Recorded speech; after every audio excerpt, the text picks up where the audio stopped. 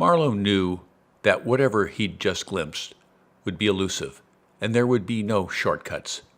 He'd first have to live it, to intuit it, to manifest it. But while he knew what he was doing, he wasn't at all sure of what he did, and that rightfully gave him pause. He was off the road, off the map, off the grid, searching for some ideal container for his imagination that allowed him to effortlessly follow the path of least resistance. His mantra, any way into the mystery is a good way in. All roads are open, trust the miracle. Marlowe believed what was key was to have a voice, a vision, a moral center, and plain language to express complex thoughts. "But what are you making, Marlowe?" he could hear Art Smitten asking him. "A puppet show? A metaphysical box that expands into a room? A psychedelic jigsaw puzzle?" He answered, "If anyone asks, I'll call it a movie." But he knew a movie wasn't always the answer. "In the beginning, God created the heaven and the earth. And the earth was without form and void, and darkness was upon the face of the deep. And the Spirit of God moved upon the face of the waters, and God said, 'Let there be light.' And there was light." And so begins every piece of art. Marlowe gave himself over to the power of transformation, but was non-committal in the shape it would take. What might begin as a dance might become a play or a piece of wall art or a conversation. In Marlowe's process, the language of one discipline transmuted into the language of another discipline. He liked the word synesthesia, liked the idea of crossing pathways. He liked to think of painting as a dance and see poetry as a painting. And when he looked around, all was animism, and the bushes were frisky, and the palm gods and the palm fronds were looking down, and his rule was to not use any image that didn't see him first, so to speak.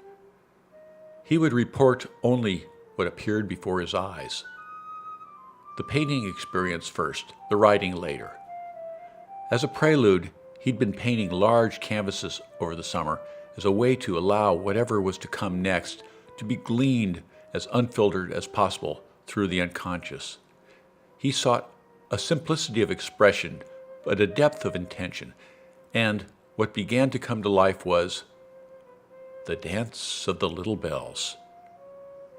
He pinned on his studio wall a copy of Henri Matisse's Les Danses, 5 red, nude, primitive dancing figures set against a green landscape and a deep blue sky, which is often associated with the dance of the young girls from Igor Stravinsky's The Rite of Spring.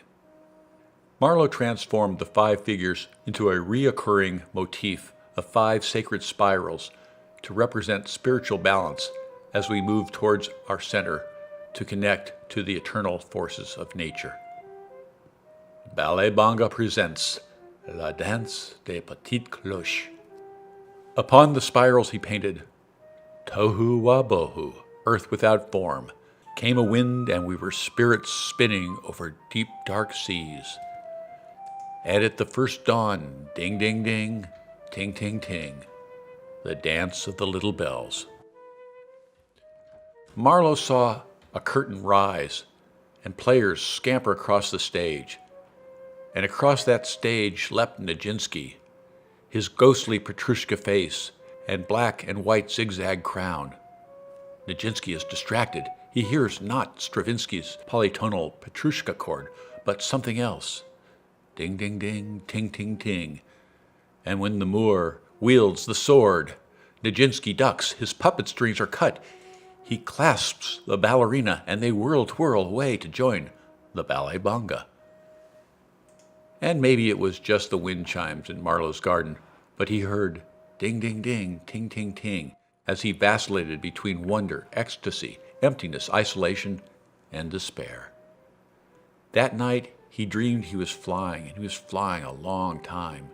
He made many trips over a multitude of terrains, up and down mountains, through valleys, and over rivers, and would land and ask directions, and as pleasurable as the flying was, he could never manage to fly in the right direction, and he woke up before he got where he wanted to go. And as he sipped his morning coffee, he saw in the distance a new rising plume of smoke. But he took solace that a message was beginning to come through, and he took pleasure in the feeling of bare feet on warm earth, and he vowed never to sacrifice this joy, this bliss, this energy, this raison d'être, this path to understanding, this sacred duty. He would let no one strip that from him. In art was his dignity,